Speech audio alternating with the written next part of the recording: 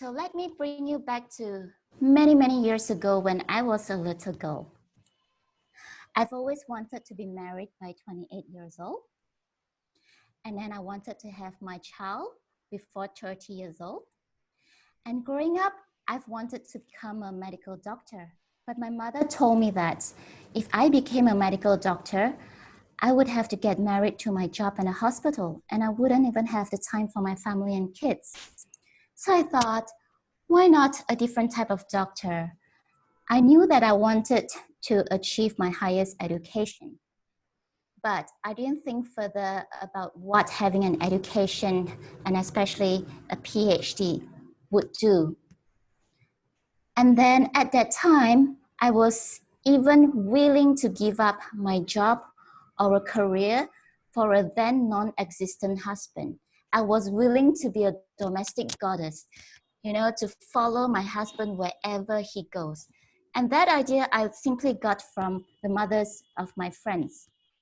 And as I grew up, I realized that we are very much influenced by the people close to us. I've had this thought because my friends, parents, families, they all have the same thought. They all have this train of thoughts. So I thought it was okay to do this. But the reality is, I obtained my PhD at the age of 27 years old, and I got married after 30 years old.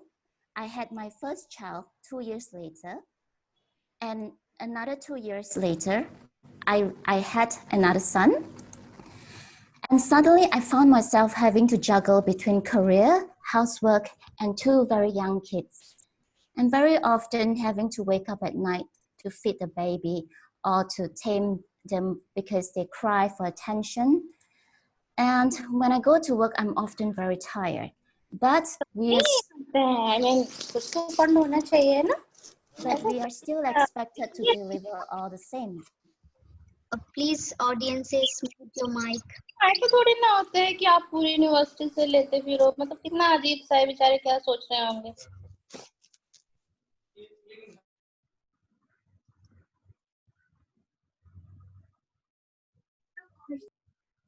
Shalini, you have muted the speaker. Yes, I'm unmuted. Yes, okay, I'm back.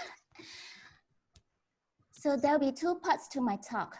One is to share with you the experience that I went through and still go through as a young mother of 2 very young kids and as a career woman, and another on Malaysian women in society, focusing on education and workforce. So before I start, I would like to acknowledge the Academy of Sciences Malaysia for providing me the compiled data, and especially for allowing me to reuse the slides that they have compiled. So in Malaysia, we are approximately 32 million people.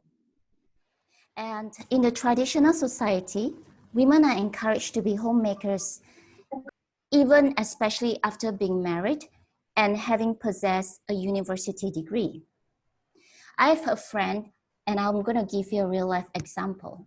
She has a university degree, she had a job, and she got married. And then she gave up her job to take care of her young kids because her husband told her to do so. And she willingly did that. And when I asked her how her daily life was like, she told me her husband goes to work at 7 a.m. in the morning and return at 8 p.m. or sometimes 10 p.m.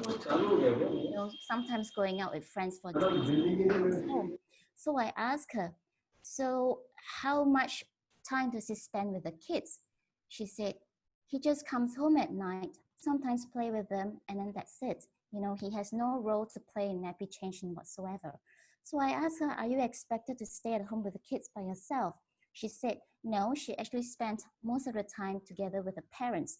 So she brings her kids to her parents, and that's how they go through everyday life. However, there's also a growing momentum of change to empower women to hold leadership positions and contribute to the local workforce. So these we can see as the younger generation is looking forward to being more empowered and striving for equality.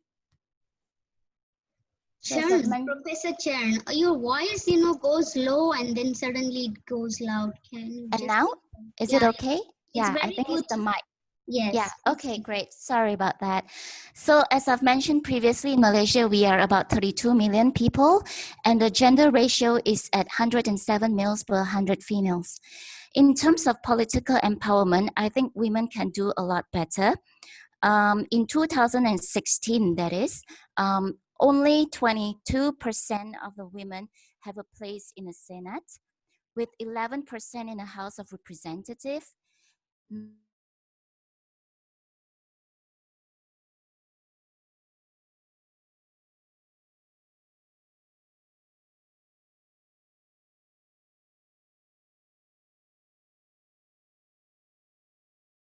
For 55%.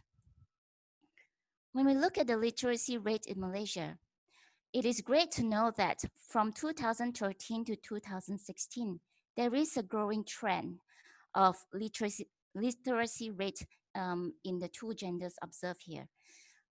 There is a slight dip in 2015, but this was very fast picked up in 2016, where the gender gap has been narrowed. In terms of educational attainment, we can see that there's a general trend here that shows that from primary level to tertiary level, there is a reduction in the percentage of enrollment rate in men and in women. In men and in women, they started off almost at the same par. However, we see that as they go to the university, the female actually have a higher percentage of enrollment rate when compared to the male. And then when we dissect into the enrollment by gender in tertiary education, we can see here that female students dominate the science and technology field, especially in the public universities. So here we can observe that in health and welfare, agriculture and veterinary, as well as in science, mathematics, and computer, women have a stronger inclination to these fields. However, in engineering, it seems to be equal.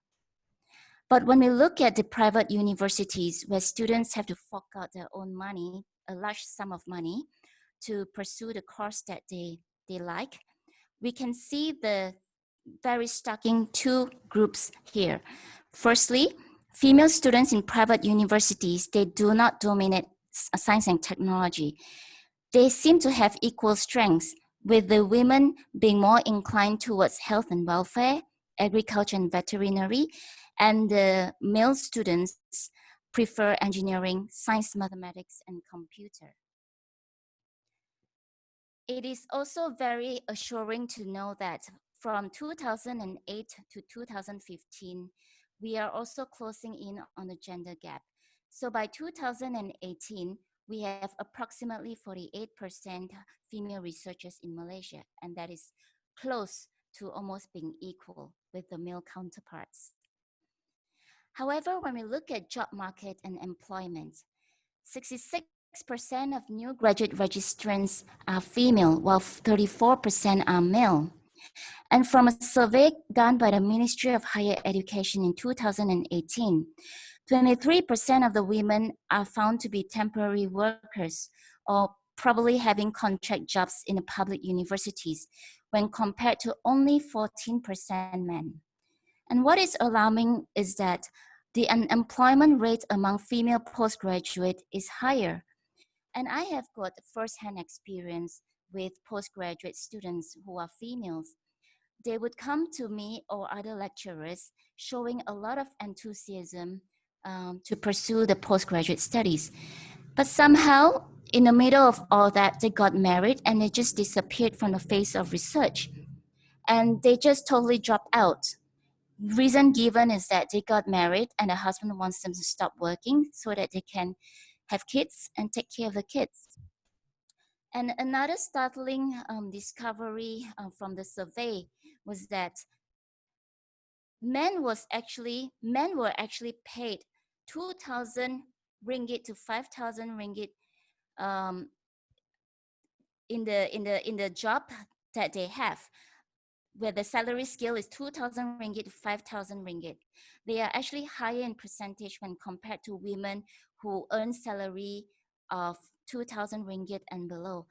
And this is by no means to say that men are women and women are being paid differently, but it's more like the type of jobs that men hold are actually higher paid jobs compared to women.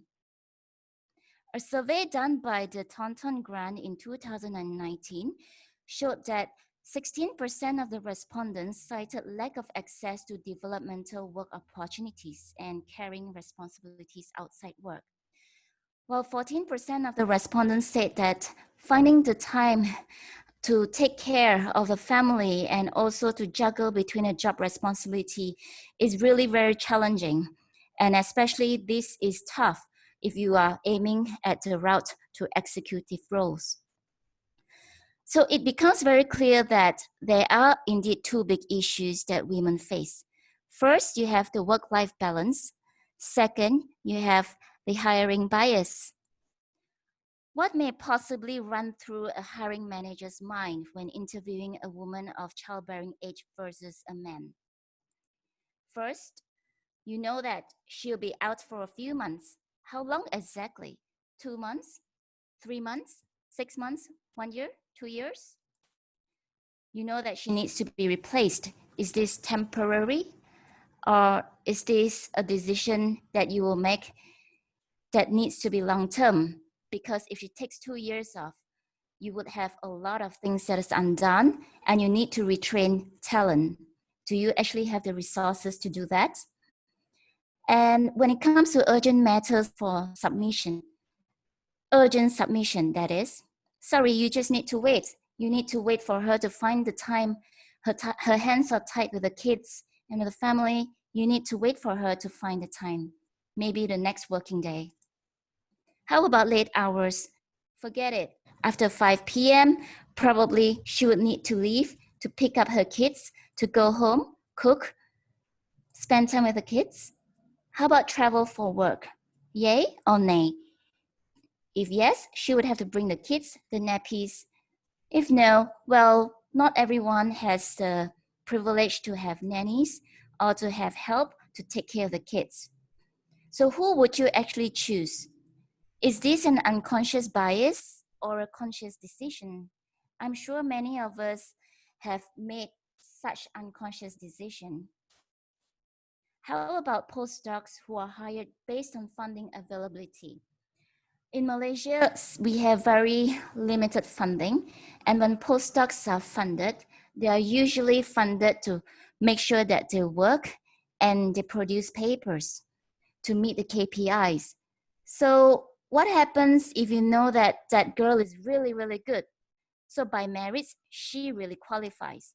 But maybe she's pregnant or planning to get pregnant, or maybe she'll be going to maternity leave soon. Would that affect your decision? Do they even get a share of paid maternity leave?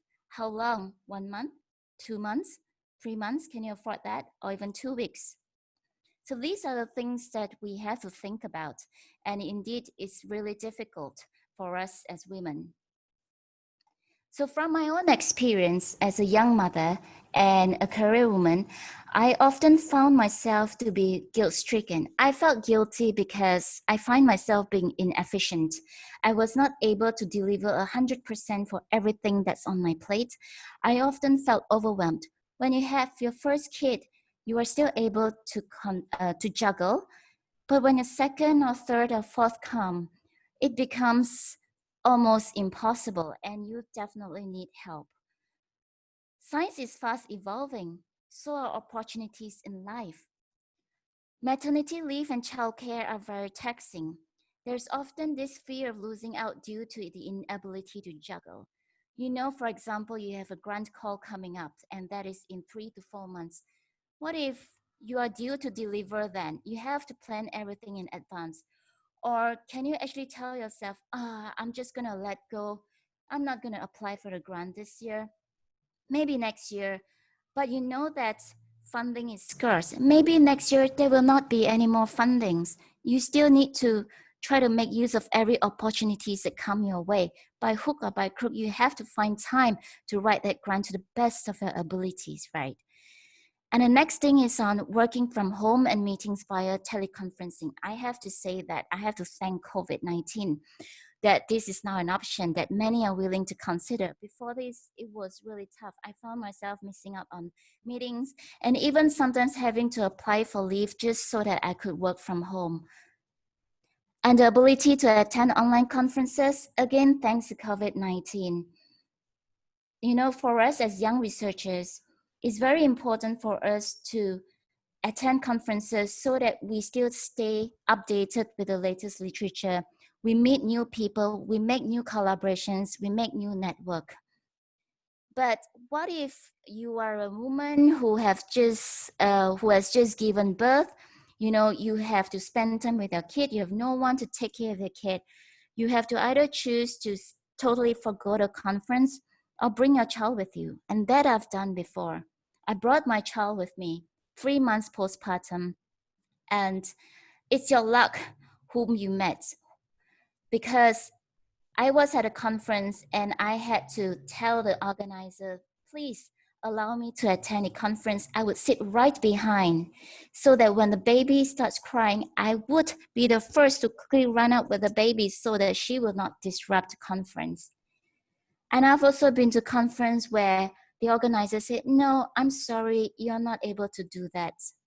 So it really depends. I'm very thankful to have the international platforms such as the Global Young Academy and Women of the Future Network to actually help make positive impact. And I use them as platforms to voice out and to support female talents, because sometimes we are encroaching on our tradition and culture that makes it very difficult to make positive changes. But when you use international platforms, when you use the power of these bigger affiliations to influence and make an impact, it might actually work better. So I have just lately been out of the lockdown. Well, the lockdown has just eased and I've just returned to the office the last 2 weeks. But I have to say that the lockdown really challenged my mental health. Apart from the normal routine before the lockdown really changed my life, because I went from suddenly having my own space and, you know, being able to work in the office to suddenly be a full-time mother of 2 very young kids, 1 infant and 1 toddler, as well as a full career woman, having to still write grants and write papers and still deliver all the same. And my husband was literally stuck elsewhere, having just lost his job and unable to come back. The border was closed. It was a really tough time for me. And at the same time, I had to tend to my students to make sure that they're okay. You know, it's not just myself who have been affected. So being a leader is difficult, especially when you have to tend to your own mental health as well as the students. So I've written about this in an article that has been shared by the Women of the Future Network. If you're interested, you could have a look.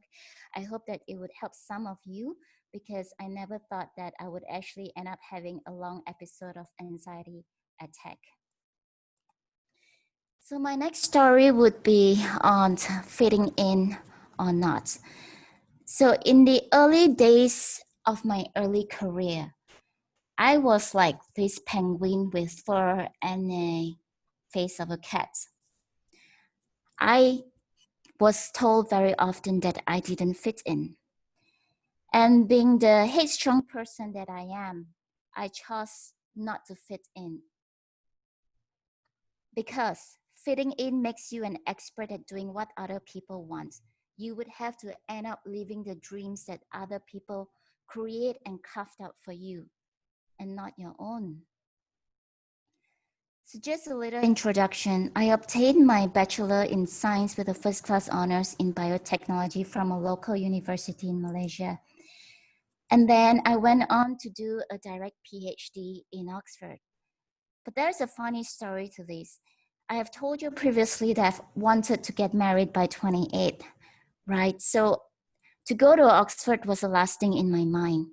But when I attended the interview to obtain the scholarship to fund my tertiary education, my postgraduate education, I was told that I had to do it all over in the UK.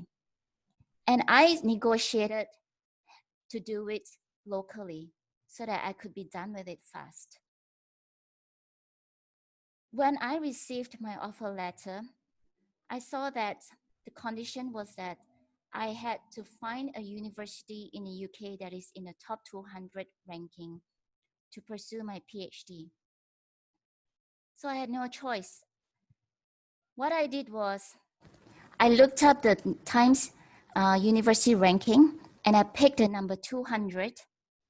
I didn't aim very high because I knew that I just wanted to do a PhD, you see. I picked the number 200 and I wrote to the supervisor in that university. And I told her that I would like to do my PhD under her. And she was very pleased to have me.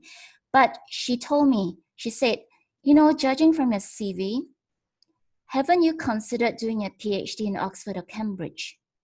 And I told her, no, I've never thought about that. I'm really happy to do my PhD under you. After all, I'm really interested to study the effects of cosmetics on cancer.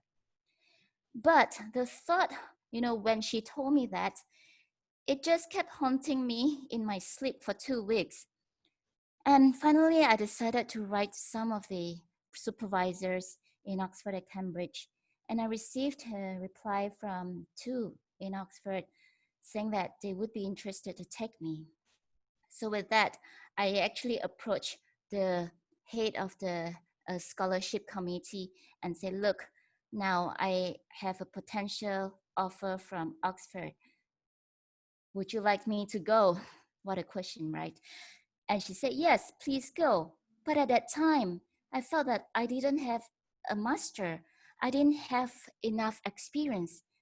Can I make it in Oxford? You know, I was surrounded by really brilliant minds. You know, they are mostly Rhodes scholars and, you know, Chamonix scholars, all these great big scholarships. And me, who am I? When I went there, I realized that I don't even know the name of some of the techniques compared to what they already know, because we don't even have these machines or facilities back in Malaysia. And then after my PhD, I decided to do my postdoc in Karolinska Institute.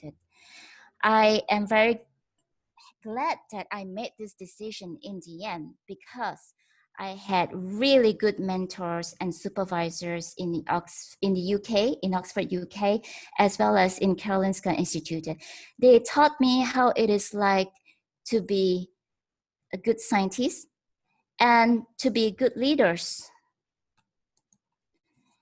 So now I'm proud to say that my field of research is targeted cancer therapy, and that is the basis of precision medicine.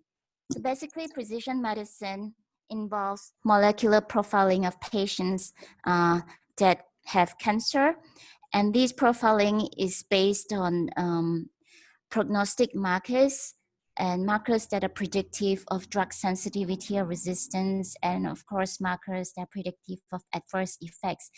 These patients are then stratified into groups that will likely respond or not to the treatments, and this is called personalized medicine.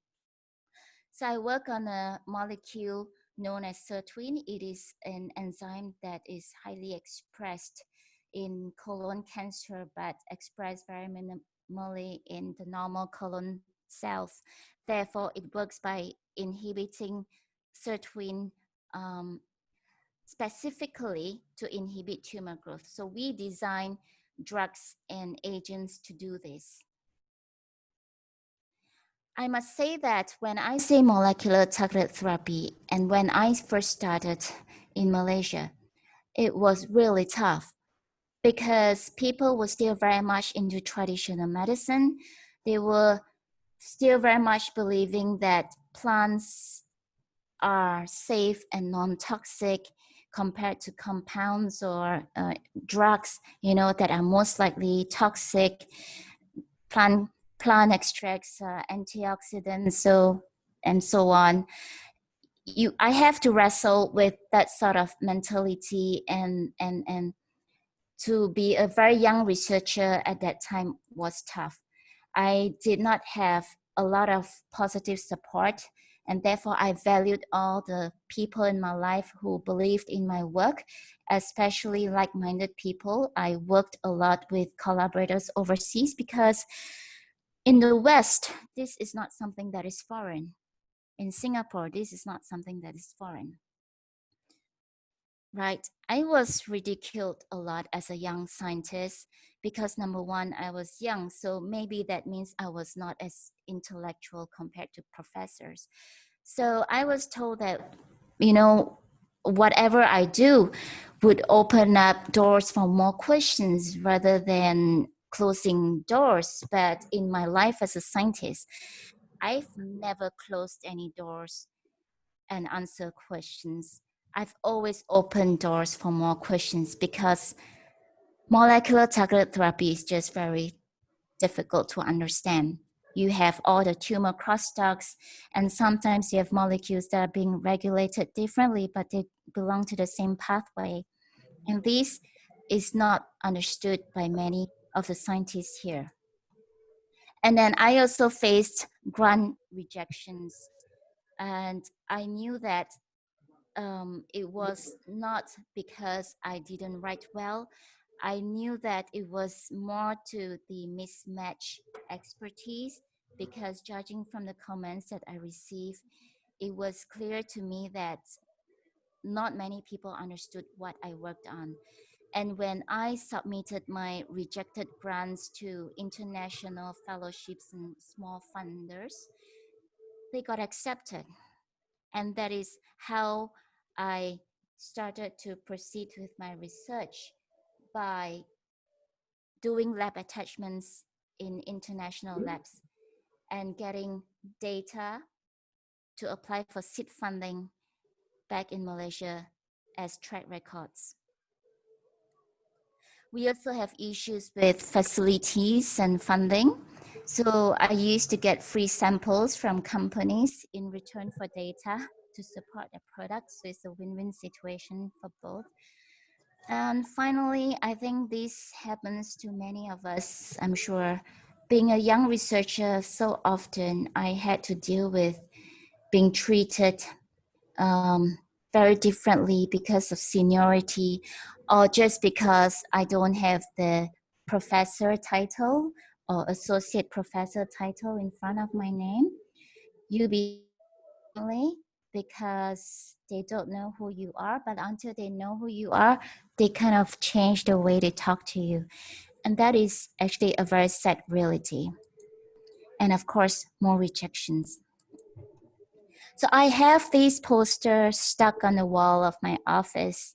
So often when I felt really down, I would look at this poster.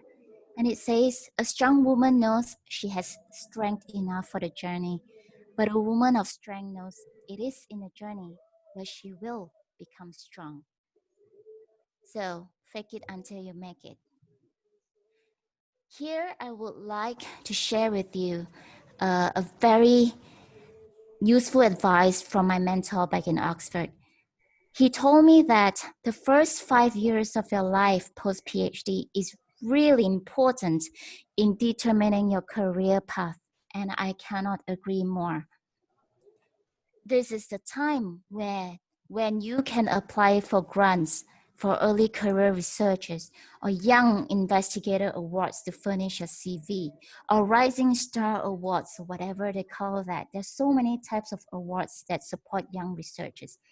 And this is by the most important, the early career fellowships that have helped me to create a stepping stone in my career by doing lab attachments overseas in world-renowned lab. If we talk about challenges, they are everywhere. So how could I succeed if nobody understood my work? I must say that I never realized the importance of communicating your work to the public, or even to make scientists not from your field understand your work, until I won the L'Oreal UNESCO for Women in Science Award. And there was a time when I had to share about my work to the layman. I remember receiving a phone call from a L'Oreal personnel, and she asked me to describe my work to them so that they could actually capture it in a video.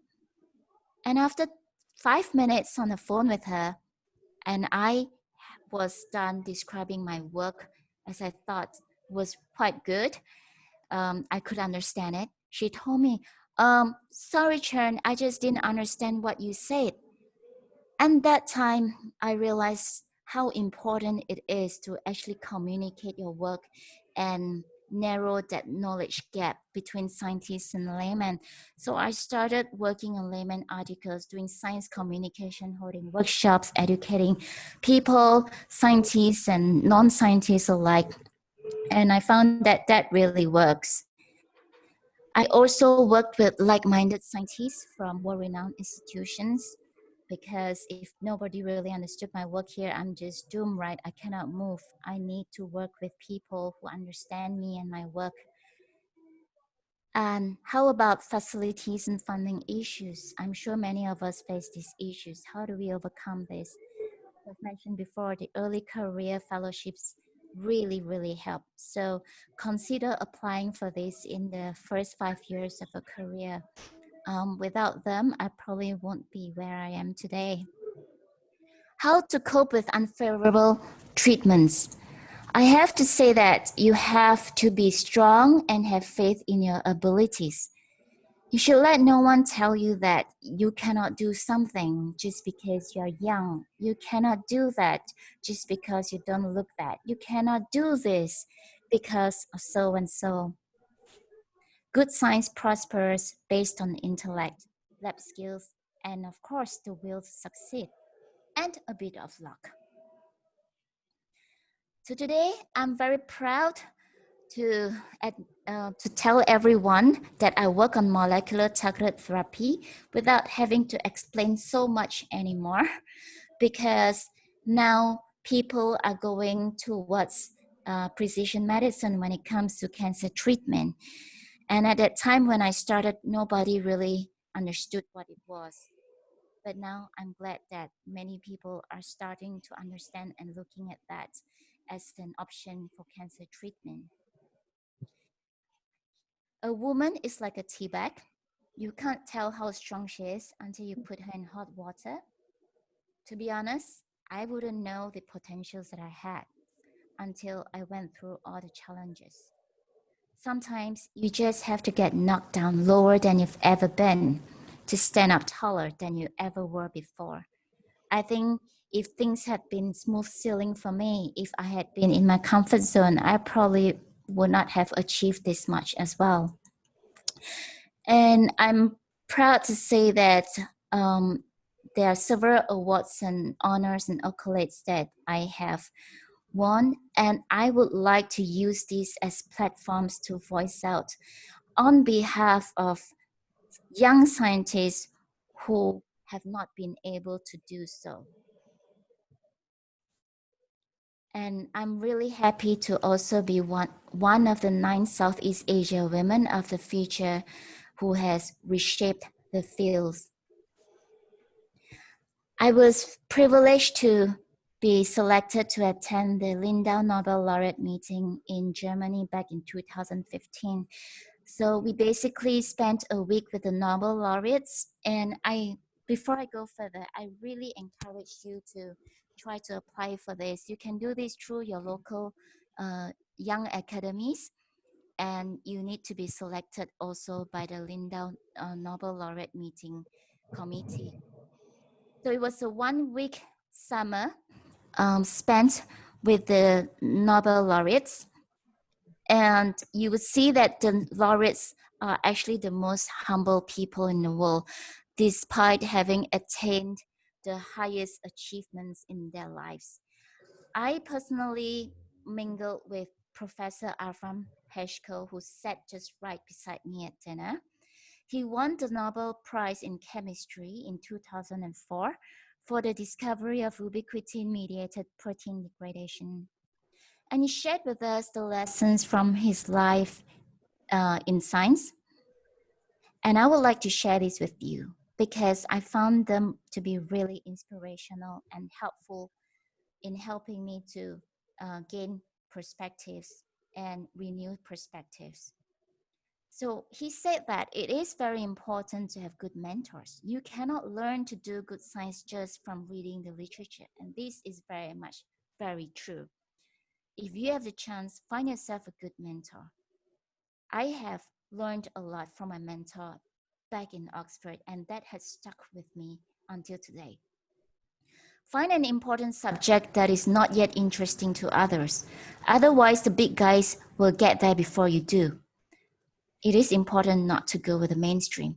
And this, again, I've always shared with the young researchers, because we are often pressured to do something that is already being carried out, because we are not willing to take the risk. We have only a limited amount of time to build our career, to make our own niche. We don't have a lot of fundings to try and error and to come up with the new area of research. Well, this comes from the Nobel laureate. Don't go with the mainstream. Accidental observations may be the most important ones. Grab your luck. My mentor in Oxford taught me that even though you fail in your experiments, it's not just failure. Look at the failed experiments. Look at the results. Maybe you see something else. Observe. Don't narrow your mind to just looking for the answers that you're looking for. Sometimes there are other answers that will open doors for more discovery. Use whatever experimental approach that is needed for your objective. It may not necessarily be the most fashionable technology. And I can very much relate to this, because in Malaysia and probably a lot more other developing nations, we don't have fascinating state-of-the-art technology. We have to be resourceful. If we really want to achieve something, we have to find ways to achieve it. We cannot say that, okay, we don't have this, so therefore we cannot do this experiment. We have to be resourceful. Science should be curiosity-driven adventure. You should have a lot of excitement and fun. That is true, because once you lose motivation, you find it very difficult to even spend a whole day in a lab to work on something that you keep failing at. And lastly, never leave bench work. And I was amazed, because he was 77 years old when I met him, and he told me that he was still doing lab work. So the bad news is you're not going to fit in with everyone. But the good news is the great ones never do. My take on doing good science are as follows. Do not be afraid to be different and think big. Have big ambitions. Fight for what you believe in, even though you may risk standing alone. Be ethical. Your reputation is very important. People choose to work with you because of a reputation. You have to give enough credits to those who have helped you. Be humble. The moment we think too highly of ourselves, that's the moment we stop learning. There are always people out there who are better than us. And last but not least, with our educational privileges, we can make a difference and impact the society in a positive manner. So before I am done with my talk, I would just like to share this. At times, you really need to be stretched in order to grow and to discover your hidden potentials. Like I've mentioned, if I was never stretched, I would never know that I would be able to achieve all that I have achieved so far. So why fit in when you're born to stand out? When you find your inspiration, even the sky cannot limit you. So with this, I would like to acknowledge the Academy of Sciences Malaysia again. And thank you for your time. I'll be happy to take questions. Wow, it's a fantastic presentation, and I was thinking that why it is ended. Such a beautiful, exciting, inspiring, motivational story, Professor Chern. Thank Wow, you. it's really fantastic, and even the audiences would agree that, and many of have them written also that it's very good presentation, very inspiring. So thank you Thank you. very much, Professor Chern, on behalf of all the audiences. I'm telling that one of the best presentation, and some of them feel so fortunate to be here today that they listen to you. So thank you so much. Yes, there are questions, so I would like to put forth a question. There are questions from other cities, other countries. So today we have almost 100 participants, and excellent presentations. Congratulations for all the votes closed. And if you were to do one thing differently, looking back at your career, what will it be? That's a very good question. Sometimes I wish that I am not that straightforward in my speech. Learn to butter a little bit. Because there are times in life where you can find yourself swimming against the current. And sometimes it doesn't help to just continue being headstrong, because I have finally accepted that although I very much want to make a change, but if the people around you do not agree or do not support that change, you're just gonna make enemies. So it's better off just keeping quiet and look for other platforms to actually try to make these changes. That is why I was so happy to be part of the Global Young Academy and the Women of the Future Network. Wow, that's a fantastic answer. Professor Chern, there is another question, like how a common women can overcome the hurdles or family, society, and workplace. You explained your exciting journey, and I'm sure every women scientist goes through that phases. It's very tough, difficult to overcome the hurdles and challenges, and looking at your journey, a common woman, how can she overcome the difficulties and hurdles? What is your advice and guide? I really think that having a good support network is very important. To be honest, I have had my share of depression along my journey because it has been really tough. And sometimes I really felt like giving up. It's always easier to just blend in and fit in. But I've been very thankful that I had the support of my parents to at least help me take care of the kids when I had to travel for conference. Although sometimes I felt really bad, because they are old and you cannot expect them to take care of two young kids. Having a supportive network is definitely very useful. And of course, superiors at work, policy makers, they should be looking at supporting women, because very often women go through these and not everyone can understand this until they have been through it. And I must say that maybe I didn't really or was not able to fully understand the struggles that single mothers go through until the COVID lockdown, when I was on my own and my husband really was not able to come back. And that was when I really could empathize with so many things.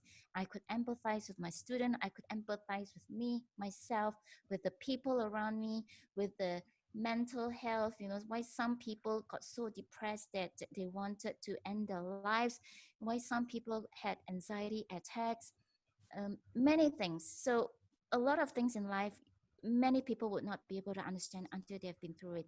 So it's very important to get the participation of big names and affiliations to help to rally for change. Yes, it doesn't matter if it is India or if it is Malaysia or if it is any country. A woman is a woman, and she's a mother, she's a scientist, and she has to go through the same consequences and hurdles and challenges. So we have another. What are the best practices as working career women and moms? And this question is asked by Dr. Meera. And what are your views on the opportunities, future for women in science and higher education institutions? And there is one more question. There are two more. I will take it later. Okay, so I see here, what are the best practices as working career women and moms? I think priority. I must say that there are points in my life where I felt that I have prioritize my work a bit too much compared to my children, because after I had my second one, I was very often asking my parents, if my firstborn was like that, when? You know, how come I missed that milestone? Because I was so focused on trying to get a promotion. I was so focused on trying to push for my research to move. I was so afraid of losing out. So I think the ability to prioritize is very important. Family is very important. Many people tell me that. And I only realized that when my kids were sick and I had to spend time with them and bring them to the hospital. And that's when I realized, oh my goodness, you know, I've perhaps been a bit too much of a workaholic, that I've failed to spend time with my kids. And now, especially with the COVID lockdown, the lockdown has eased in Malaysia, so the kids get to go back to the daycare and kindergarten. I start seeing the kids behaving very differently. They are very psychologically affected due to the strict SOPs. And this time I'm happy that I'm sensitive enough to notice this. So the next is, what are your views on the opportunities future for women in higher education institutions? I think women talents should be appreciated. We have contributions to make to the development of the nations. I'm not sure about India, but in Malaysia, we are almost equal in ratio when it comes to having opportunities to contribute to the higher education. When it comes to being lecturers or having positions in the universities, except for having a leadership role, we are still lagging in that. And of course, we have less professors who are female when compared to the males. And I think we are actively doing something about this to support women in science and women in the higher education. So the future is definitely very bright, at least in Malaysia. I'm not sure about how it is like anywhere else in the world. Is there any struggle for women in the higher education, you think? Oh, it's struggle is everywhere. It's not only higher education. When women scientists or women, you know, when she has family to handle or kids handle, so of course there is a struggle and there are hurdles. Can we take the next question? What are your ways to stand up for yourself when you confront lobbying with vested interests in universities? Sorry, I just like to understand, what does it mean by confront lobbying with vested interests in universities? Does that mean, what do I do to stand up for myself in a confrontation? Yes. Okay. Well, sometimes I must say that I've given up, but sometimes I don't. I still fight. I still put up a fight because I believe that there is hope to make a change.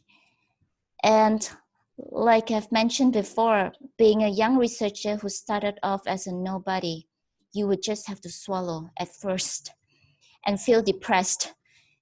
And the journey is just for you to understand. But if you have a laser beam focus, you know what you want in life, you know that this is what you want to achieve, and you put all out to achieve that, I'm sure the reward will come. At one point, you would be able to stand up and say, look, now I have this track record. You know, being young doesn't mean I'm not able. Being young doesn't mean I'm not that as intellectual as you are. Being young doesn't mean anything. It's just a number. I think it's all about building a track record that enables you to use that as a platform to speak out. Yes, it's absolutely true, Professor Chen. Building a track record and empowering ourselves and Yes. proving ourselves that how empowered and how good we are is what is the key to success. And thank you so much for sharing all your wisdom and based on exclusively your own experiences. Such a fantastic talk. We are really privileged and blessed with your talk, and I'm looking forward. Many would like to connect to you Sure. collaborate with you, and because we have here young women scientists, early career women scientists, and I'm sure they will visit your university website and they can get all the information. So there is one more question who has posted, being a women scientist, you have lot of track record on your biodata, so many awards, and getting those awards is not easy. There is a lot of efforts, hard work involved, and having especially small kids, managing everything becomes even challenging and tougher. So do you follow any time management strategy, or how do you manage? Can you share your success mantras or tips to our young budding scientists, women scientists? Yes. So the thing is, I work whenever my kids sleep. So coffee is my best friend. My poor students receive messages from me at 3, 4, emails from me at 5 a.m. But I told them, please don't read. I'm only writing you because I'm afraid that I'll forget them. Please read only when you wake up. So I know in some cultures, this is probably not favorable because you are like kind of disturbing people. But that's how I had to function, because when my kids are awake, I really couldn't even try to work around them. I tried and I ended up having a broken laptop. So I stopped. Wow, that's so humble answer. Thank you so much, Chern. We have the second speaker. So with this, I would really thank you once again, and a big applause to all your efforts. Congratulations, and thank you so much for sharing your wonderful career journey. It's very, very inspiring, and I am sure millions and millions of women scientists will get inspiration from your wonderful story. Thank you so much for being here. Thank you. Thank you for the